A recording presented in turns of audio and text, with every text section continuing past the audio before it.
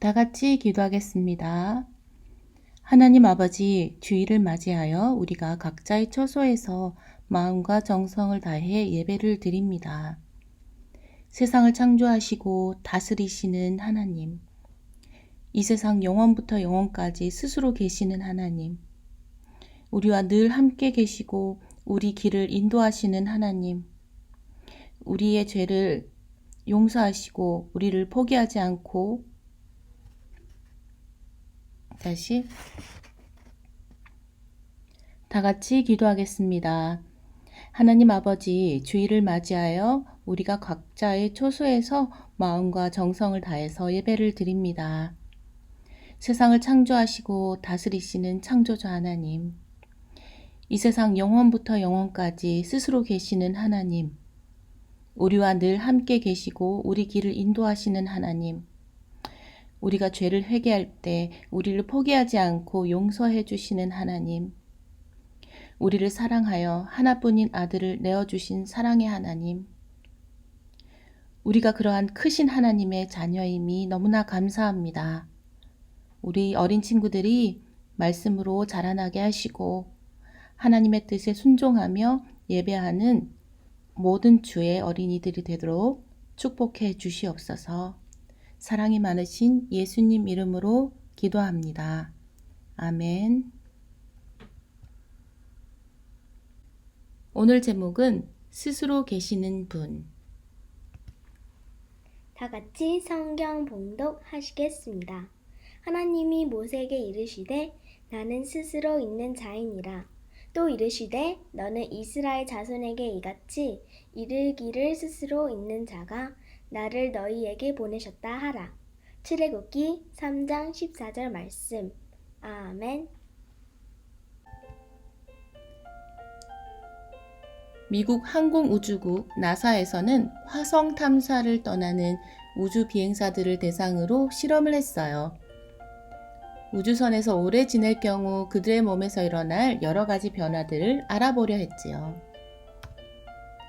폴리니의 동굴 고립 실험도 그중 하나예요. 이탈리아 여성 스테파니아 폴리니는 131일 동안 미국에 있는 로스트 동굴에서 혼자 살아가기 시작했어요. 살아가는데 필요한 물품이 제공되었고 인공 조명과 침구, 농사를 짓는 기구나 간단한 요리 도구들, 또 외부와 연락을 주고받을 수 있는 컴퓨터와 관찰용 카메라도 설치되었다고 해요. 그곳에서 폴리니가 꼭 해야 할 일은 없었어요. 그냥 하고 싶은 것을 하면 되었지요. 여러분이라면 이곳에서 누구의 도움도 없이 홀로 그리고 스스로 살아갈 자신이 있나요? 오늘 말씀에는 자신의 이름을 스스로 있는 자라고 밝히신 분이 있어요. 바로 하나님이에요. 하나님께서는 광야에서 양떼를 치던 모세를 찾아오셨어요. 떨기나무에 붙은 불꽃으로 말이에요. 떨기나무에 불이 붙었는데도 나무가 타지 않는 것을 본 모세는 어찌 된 일인지 자세히 보려고 나무에 다가갔어요. 그리고 그 불꽃 가운데서 하나님의 음성을 들었어요. 모세야, 모세야, 내가 애굽에 있는 내 백성들의 고통을 분명히 보았다. 이제 내가 너를 바로에게 보내어 그들을 애굽에서 인도하게 할 것이다. 그러나 모세는 하나님의 부르심을 거절했어요. 제가 누구이기에 감히 바로에게 가서 이스라엘 백성들을 애굽에서 이끌어내겠습니까? 하나님께서는 모세에게 말씀하셨어요. 내가 반드시 너와 함께 있겠다. 모세는 하나님께 다시 물었어요. 사람들이 저를 보내신 자의 이름을 무엇이냐 하고 물으면 제가 뭐라고 대답해야 합니까? 하나님께서는 말씀하셨어요. 나는 스스로 있는 자다. 너는 스스로 있는 자가 나를 너희에게 보내셨다고 하여라. 모세가 하나님께 물은 제가 누구입니까? 라는 질문은 하나님께 자신의 이름이 무엇이냐고 물은 것이 아니에요. 이름은 그 사람의 신분, 성격, 능력을 담고 있기에 모세는 자신이 과연 하나님의 명령을 행할 능력이 있는지를 물은 거예요. 모세는 자신에게 그럴 능력이 없다고 생각했거든요. 하나님께서는 누구십니까? 라는 질문도 단순히 하나님의 이름을 물은 것이 아니에요.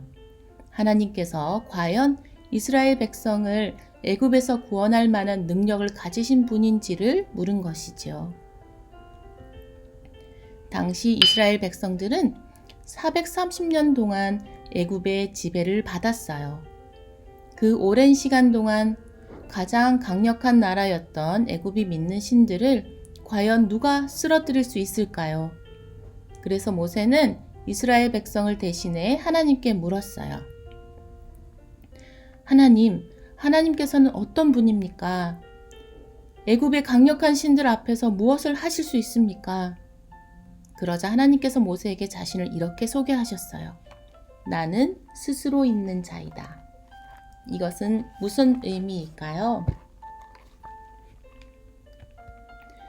여러분, 폴리니의 동굴 고립 실험 이야기를 다시 해볼게요.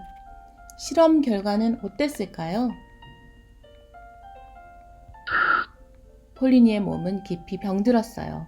햇볕이 잘 들지 않는 동굴에 혼자 있다 보니 생체 리듬과 면역 기능에 문제가 생겼어요. 규칙적인 생활을 하려 했지만 시간 감각도 점점 사라졌어요. 뿐만 아니라 기억력이 크게 떨어졌고 감정 조절이 어려워져서 시도 때도 없이 울거나 웃기를 반복했지요. 영양가 높은 음식을 꾸준히 먹었지만 체중은 9kg이나 빠지고 비타민 D를 비롯한 필수 영양소들이 몸에 부족해졌어요. 이 실험으로 우리는 중요한 사실을 알 수 있어요. 사람은 절대 혼자 살 수 없다는 거예요. 사람은 우리가 생각하는 것보다 더 많은 것을 필요로 하고 다른 사람을 의지하며 살아가요. 사람은 단지 생명을 유지하는 조건들이 있다는 것만으로 살 수 있는 존재가 아니에요. 따사로운 햇볕을 쬐며 산책도 해야 하고 때론 일부러 비를 맞으며 깊은 생각에 빠져보기도 해야 해요. 누군가에게 사랑과 인정도 받아야 해요. 지식과 지혜를 배워야 하고 심지어는 아무 의미 없는 이야기라도 하루에 몇 마디는 해야 건강하고 행복하게 살아갈 수 있어요. 이처럼 사람은 스스로 살 수 없어요. 하지만 하나님께서는 어떤 분인가요? 하나님께서는 모세에게 자신을 스스로 있는 자라고 소개하셨어요. 하나님께서는 살아가는 데 필요한 것도 어떠한 도움도 필요 없는 분이라는 뜻이에요. 하나님께서는 홀로 스스로 존재하세요. 불꽃이 타오르려면 탈 것이 있어야 하는데 오늘 말씀처럼 하나님께서는 어느 것도 태우지 않고 홀로 계속 타오르는 불꽃처럼 스스로 존재하는 분이에요.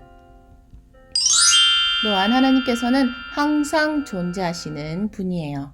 그분은 세상이 창조되지 않았을 때도 홀로 계셨어요. 세상이 어둠으로만 공허하게 차 있을 때도 끊임없이 그 주변을 운행하셨지요. 그리고 세상을 창조하신 후에는 항상 피조물들 곁에서 세상을 다스리셨어요. 이스라엘 백성들의 조상인 아브라함과 이삭, 야곱과도 언제나 함께 하시며 돌봐주셨지요. 오늘 말씀에서도 하나님께서는 모세와 그 백성들과 반드시 함께 할 것이라고 약속하셨어요. 사랑하는 여러분, 오늘 말씀을 들으며 우리가 기억해야 할 하나님은 어떤 분인가요? 한 목소리로 고백해 봅시다. 첫 번째로, 하나님께서는 스스로 계신 분이에요. 두 번째, 하나님께서는 항상 존재하시는 분이에요. 세 번째, 하나님께서는 온 세상을 다스리시는 분이에요. 하나님께서는 스스로 살아가지 못하는 우리가 영원히 의지할 수 있는 오직 한 분이에요. 또 오늘 모세에게 약속하신 것처럼 우리와도 반드시 함께 하겠다고 약속해 주신 분이에요. 세상 만물을 다스리시는 분이 지금도 우리와 함께 하세요. 이것을 믿고 기억하며 언제나 스스로 계신 하나님을 의지하며 살아가는 여러분이 되기를 기도합니다. 다 같이 기도할게요. 이 세상에 유일하게 스스로 계시는 하나님을 찬양합니다. 두려워하던 모세와 함께 하시겠다 약속하신 그 말씀을 기억하며 우리와 늘 함께 계시는 하나님을 믿고 의지합니다. 우리 친구들도 어느 순간에나 함께 하시며 스스로 계시고 세상 만물을 다스리시는 우리 하나님만 높이며 예배하며 살아갈 수 있게 하시옵소서. 거룩하신 예수 그리스도 이름으로 기도합니다. 아멘.